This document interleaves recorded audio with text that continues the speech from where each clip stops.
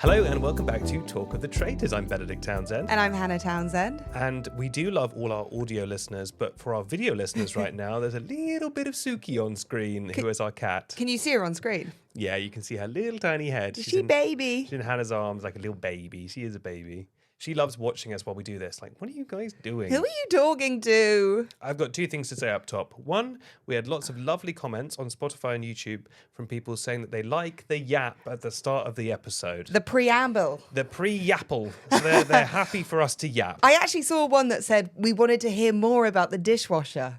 Yes, should we? No, we're not deep diving about the dishwasher. We'll include some photos and some schematics, and we can email you the manual if you want to have a read yourself. Thrilling. We did have a bit of a dishwasher disaster. I will say we've learned from moving into this house, we've learned valuable lessons about appreciation of things because so much has gone wrong and so much has broken.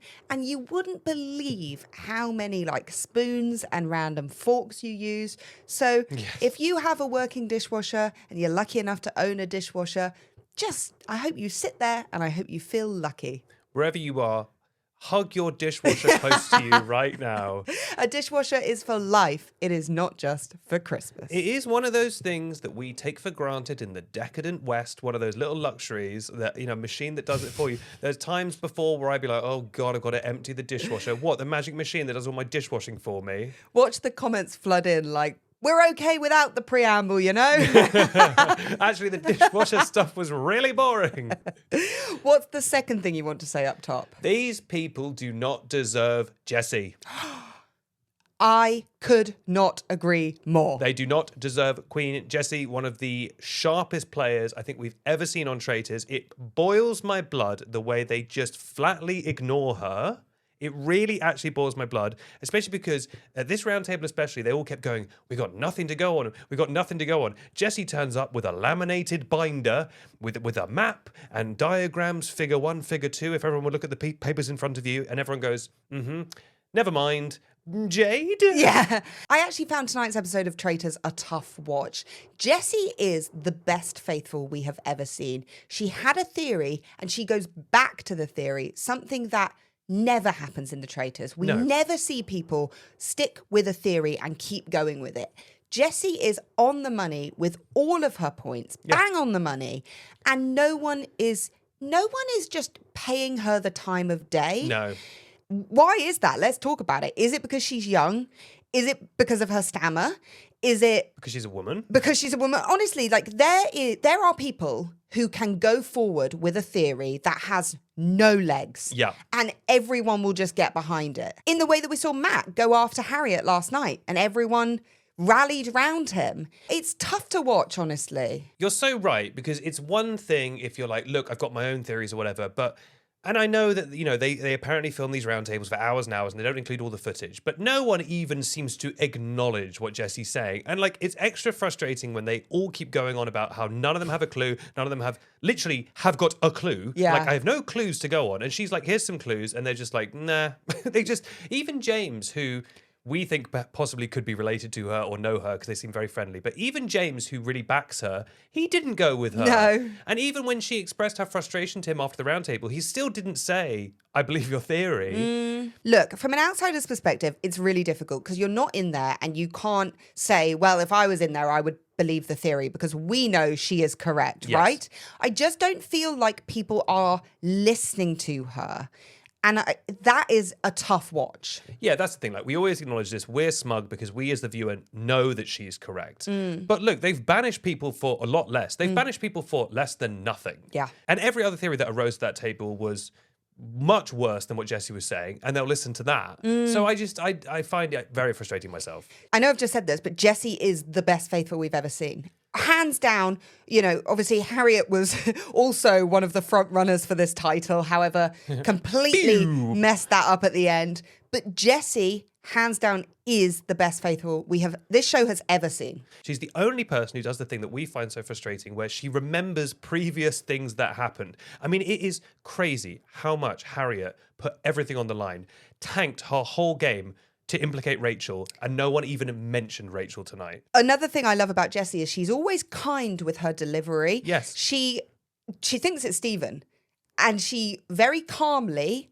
says how she thinks Yes. about him to him, Yes. not behind his back. Yes. She lays out the evidence and she wrote a heart on Stephen's name tonight. Yep. She's nice about it. It's not personal. It's not personal. She understands it's a game. And she also, you can just tell she loves the game. I know she Yeah. said today she's finding it exhausting, but she does clearly love the game. She's smart. She's kind. She is incredibly enjoyable to watch. I love watching Jessie, and tonight was a little tough, I would say. Harriet, for example, was taking it way too personally. It was getting a bit unfun. Jessie, I think her frustration comes from like everyone's acting like she's not there, which is maddening. But you can tell she's into the game. You know, we've had players before that are like a dog with a bone. Yes. You know, it's like with everyone going after Jade over and over again, and it can be annoying when a player keeps going. But what about Stephen? But what about Stephen? But there's been times where she's let the Stephen thing lie, and when she's brought it back, she's almost done it reluctantly, where she's gone, sorry, Stephen, but I've just got evidence. Yes. And she's looked back. I mean, tonight when she said, why would they murder Maz? When Maz had heat on him, it would have made so much more sense for Maz to come back. That is, first of all, incredible memory. I think Rachel even said, with a little bit of gritted teeth, it's amazing you remembered that about Maz. Amazing bit of memory. But again, actual logic. Yes. And the Faithfuls, we've often said, is it a game that's slightly skewed against the Faithfuls because they got nothing to go on? This is an example where the Faithfuls have actual evidence because Stephen keeps leaving clues behind, and she's presenting the evidence and they won't go on it. Let's start at the top of the episode then. Adam was murdered in the night. Last night, genuinely, I had the thought, Adam might win this thing because we heard, I would say collectively, I heard him say 20 sentences. So I thought that we were gearing up to see a lot more of him because we saw a little bit of chat from him last night. And I thought, here we go. We're going to start seeing more and more. He essentially got a blind edit. We just didn't see him. Yeah, I mean, it was the same with like Ben. Do you remember Ben? The sort of older gentleman. He went quite early, but yes. Not that early. It felt early because we didn't see any of him. I mean, it's that thing of like, okay, yes, you could maybe accuse the show of like not giving him a good edit, but also like without being mean in any way, if he just never really did any explosive things that needed to be included in the runtime. Well, what are you going to have? You're going to have him, making comments versus showing Fiona exploding. What's going to be more talked about online? Like, it makes sense. I guess he didn't do anything big enough and bold enough. But really, when he was reading out that paper, sat on that chair, I thought, this is the most I've ever heard this man speak. I know. And he seemed like a nice bloke. Yeah, But that might have been his undoing. If you're just like a nice, regular bloke, you might fall between the cracks a little bit. Can I ask a question? Of course. Who do you think are the standout characters who will go on to make a social career out of being on the Traitors? This is a great question. So in the past, we have people like Mina. Yes. Who's got a whole career now. Harry Clark. Harry Clark has a huge career off the back of Traitors. We've got Paul, who I believe has got multiple TV shows coming out. He's done a lot off the back of Traitors. It's a really good question because actually I don't know if any of them are jumping out at me. Fiona obviously was a big character, but I think she almost burned too bright too fast. And obviously she's left kind of midway through the show, so I don't know if she can maintain that energy once the show's over. And I don't know if she got the diva status of a Diane with like the fizzy rose. I don't know if she had enough there that people will cling on to years down the line. Because if you want true Hun status, you can't just be kind of erratic in the way she was. You kind of also have to be like serving looks and like, I don't know, like being mother. Two people who don't use this lingo that often. You know what I mean, though? Like, Diane wasn't just, like, throwing grenades. Well, the thing with Diane is she had, but Ross's, she had fizzy rosé. She was, murdered in plain sight. She was fun to watch. I feel like diva status isn't something, it's like being cool. It's not something you can seek. It has to be bestowed upon you. And I feel like Fiona was doing too much. Yes. And then, with other people like, Rachel, I think, has played a really good game. I mean, Stephen has obviously been a real standout character, and I think Stephen could have a bit of a social career. Stephen is my first thought for someone going on to have a career off the back of this series of Traitors. Great outfits. His reaction faces are brilliant. He's an enjoyable watch. Yeah, I would want to see, like, videos from him and stuff. I mean, he walked into breakfast this morning straight out of ABBA Voyage. Yeah. Also, like, he understands the assignment. You're on TV. You're on the most watched show on TV. You got like 9 million viewers last night, which is like the most watched regular Traitors ever. Are you not going to wear a jumpsuit? do it, you know. And he's giving us those reactions, those big reactions that make great television. You know, we've seen Stephen's got connections in this kind of world. Yep. It's smart. He's getting a lot of screen time, one, because he's a traitor, and two, in tasks where there's lots of other people. Who are we focusing on? Stephen, because he's big in a very enjoyable way to watch. James and Jessie, I think, are two people who could go on to have quite a following. I mean, they're a very sweet duo together. They obviously get on very well. I wish we were seeing a little bit more of James in the castle, because he's obviously got great energy and buzz, which we're not fully seeing. Yes, people often talk about him. They're like, he's such a big character. And I'm like, because I've liked him from the second I saw him. I'm like, he's one of those people who's such a big character, but because it's so genuine, it can never be annoying. Yes. It's just like, he's just such a big heart. He's like a big kid. I think it's what you see is what you get with James, right? Yeah, and I really like that. I think he could have a career because, like, I personally just want to see more of James. He makes me smile. I think Jessie could have a big career because, again, she seems very nice, but also because she's playing the game really well. Yes. And I think she has the public on her side. And I think she will come out of this. You know, the public kind of picks a champion in every series. And, like, I hope she makes it all the way to the end. But even if she doesn't, I think the public has kind of picked her as tribute, you know? And also, she's handled herself really well in this game. She's come across as kind. She's, you know, interesting to watch. She's sweet. Her reaction faces are very big. I was thinking today as well that she always has that, like, yellow eyeshadow and stuff. It's actually very smart to have a distinctive look. Agreed. She does it every day. Like, Yes. She always has a consistent, memorable, Yellowy striking... and orange. Yes. Fire. I've just realised they're Jessie and James. Jessie James. Aside from that, I don't know. No offense to anyone. I don't know if anyone is jumping out at me. I mean, obviously, apparently Harriet has a book coming out in February. May explain some of her behaviour. Apparently, she's also a millionaire. And apparently the book sales have gone, or pre-orders or whatever, have gone through the roof based off of last night's episode, which is an interesting development. Can't say I've ever pre-ordered a book off something as abstract as that, but, you know, I'm happy people are reading. Well, I guess, yeah, true. Reading's fundamental. I guess she did get one right. So people are maybe like, well, maybe she is the greatest crime writer ever. Wait, can I read something? I read quite a funny article about her. You know, there was all articles this morning about how she's a millionaire and stuff. But, you know, that very, like, tabloid way of writing. One friend joked to a newspaper, they're absolutely minted. Like, that person absolutely didn't say that. Imagine one of your mates goes on record saying they're absolutely minted. They definitely didn't say that. Another added... Well, can we say that? Will we get sued? We don't have £1 million. Sue us for what? What crime? Because you're saying that the newspaper's printing false. I think they're paraphrasing someone maybe, or they've suggested a phrase. If the newspapers are watching, we'd like it noted that allegedly we don't believe that. Yes, the newspapers. I'm scared. We don't have £1 million. They can't come after us. Speak for yourself. Another added, her husband is coining it in. Not a phrase. These people. But so is Harriet. But I will say, but if she does win the show, Harriet will donate her prize money to breast cancer research. That's very lovely. She said she had friends affected by breast cancer research, and so her plan wasn't to keep the money, apparently. Apparently, someone told me that Stephen Fry had said early on that he thought she was going to donate the money to charity. I don't know where he got that from. Well, you know, she seems like a pretty well-known author. Maybe he knows her. We talk about, no influencers on the show, but she's, like, apparently a famous author. Anyway. And minted and coining it in. Well, her husband's absolutely coining it in. So do we have any other contenders for who we think might go on? I mean, bear in mind, we don't know. People might surprise us. It'll be interesting to see what people do post-Traitors. It just kind of came to me today. I thought, who are the characters who people will want to see after this show? One thing's for sure, they will all try. Why wouldn't you? This is the biggest show on TV. These people are all famous instantly. You say that, but I do think they've definitely gone for a different cast this year. Maybe less kind of people who are online. We don't really have influencers in the way that we have seen in previous years. Now, I'm not saying they're not going to try, but I definitely think that the casting has focused on different people. I know what you're saying, but I think we thought this last time, and you know, quite a few of them went on to be media figures now. Like, it's such an amazing opportunity. I think, like, a lot of them would think, why not try? I don't really blame them. Yeah. It's funny because it does strike me as a series that's had quite a lot of characters and big characterful moments. And yeah, I don't know. I would disagree, actually. I would say it's had big moments.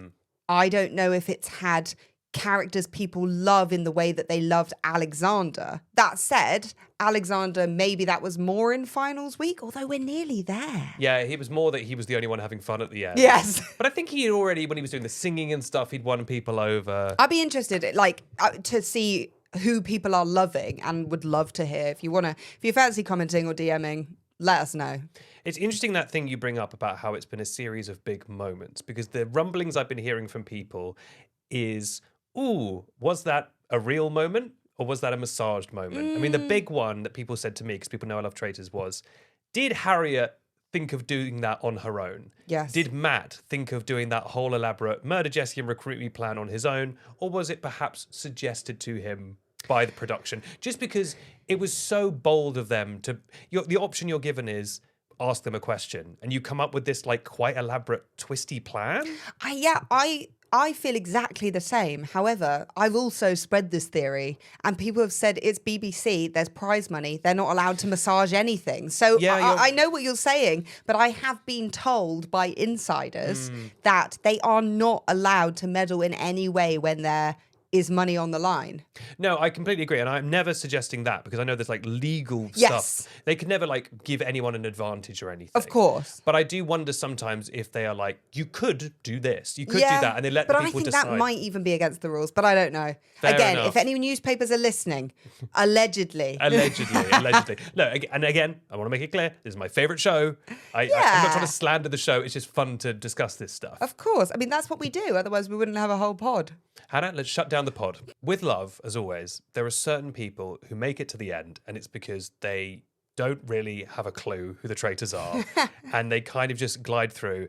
And Jack and Ellie, it is every time Jack says something, it's basically just to either deflect away from the traitors. When he was just like, I just don't think it's Rachel. It's like, Jack, for God's sake, man. Ellie as well. Like they, I know like I'm so smug because I know who the traitors are or whatever, but like this is how you win the game, to be honest. Yeah. It's just by gliding through and just never really having a clue. Yeah. Although Stephen impressed me tonight when he said we don't want to be left at the end with a group of people who are 100% faithfuls, which is something I actually don't think previous traitors have thought about going into a final. They always leave it till it's the faithfuls of the faithfuls, who all obviously pick each other because they know. Them two have had heat on them since the beginning. Yeah. You're much better being at that end with someone like Sam, Yeah. or possibly Matt, now he's getting a bit of heat on him, or a James, versus like Faraz. Yeah, you're so right. If the final is Stephen, Rachel, Faraz, and Ellie or whatever, they've got no chance. You're so right. He's not just copied that from a previous series. That's real tactical thinking. And I have to say, I've been a little bit harsh on Stephen in the way that he's slightly bumbled his way through this. But I do have to give him credit where it's due. Yeah. Okay, he's very bad at defending himself at the round table. Tonight was shocking. He's never good at defending himself. And Yeah. tonight was maybe the worst defense he's ever offered, which was to say no defense. He just kept going like, I don't know. He said, I hope your theories has legs. Okay. And then he just put his head in his hands. Great defense. But what he is good, he's good at the little faithful small talk.